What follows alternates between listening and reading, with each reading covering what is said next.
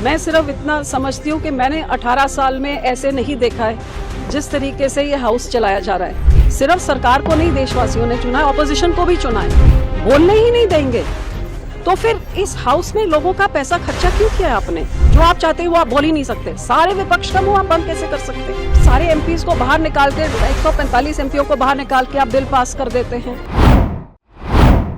देखिए, मैं उस ऑपोजिशन का हिस्सा नहीं हूँ और वो क्या करते हैं क्या नहीं करते वो जाने, उनका काम जाने। मैं सिर्फ इतना समझती हूँ कि मैंने 18 साल में ऐसे नहीं देखा है जिस तरीके से ये हाउस चलाया जा रहा है। और सरकार को और स्पीकर साहब से मैं गुजारिश करती हूँ कि जो यहाँ पे आधी एमपीज पहुंचे हैं उनको भी लोगों ने चुन के भेजा, आधे देश ने उनको भेजा है। सिर्फ सरकार को नहीं देशवासियों ने चुना है, ऑपोजिशन को भी चुना है। और चुना इसलिए कि हम वहां जाके लोगों की आवाज उठाएं और सरकार की गलत नीतियों के बारे में सरकार को जगाएं।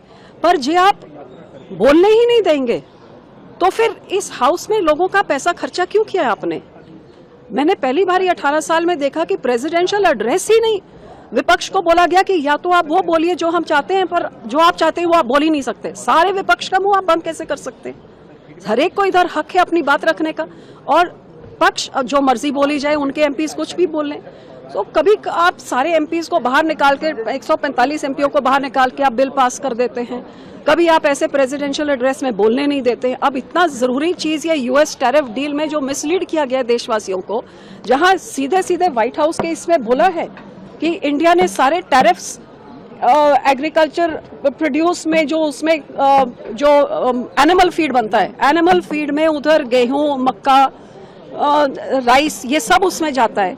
एथेनॉल में से, कई सारे फ्रेश फ्रूट्स में से, नट्स में से, सब में से जीरो टैरिफ कर दिया है। तो वो जो एक सेफ गार्ड होती थी आपने तो एंट्री दे दी।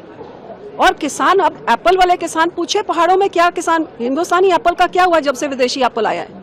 अब इसी तरह एनिमल फीड के राही मॉडिफाइड, जीएम मॉडिफाइड सारा कुछ आ जाएगा। तो जो देश के किसानों से खरीदते थे, एथेनॉल बनता था हमारे किसान के पूरे, सब आपने जीरो कर दिया है।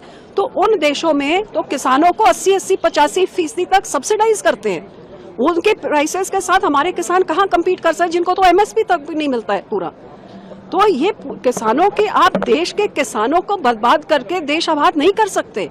इतनी $1 ट्रिलियन इकोनॉमी का क्या करना है? जो 50% जो गांव में बैठती है जनता, जो उनकी रोजी पर लात मारेंगे, तो ये एंट्री देने की जरूरत क्या थी? ये घुटने टेकने की जरूरत क्या थी, जो आज तक किसी सरकार ने नहीं किया? बहुत जरूरी मुद्दा है जिसका जवाब सरकार को देना चाहिए। आपकी पार्टी का क्या स्टैंड रहेगा अगर विपक्ष के द्वारा नो कॉन्फिडेंस मोशन स्पीकर के खिलाफ मूव किया जाता है? देखिए, ये मेरी पार्टी फैसला करेगी, मैं विपक्ष का हिस्सा नहीं हूँ।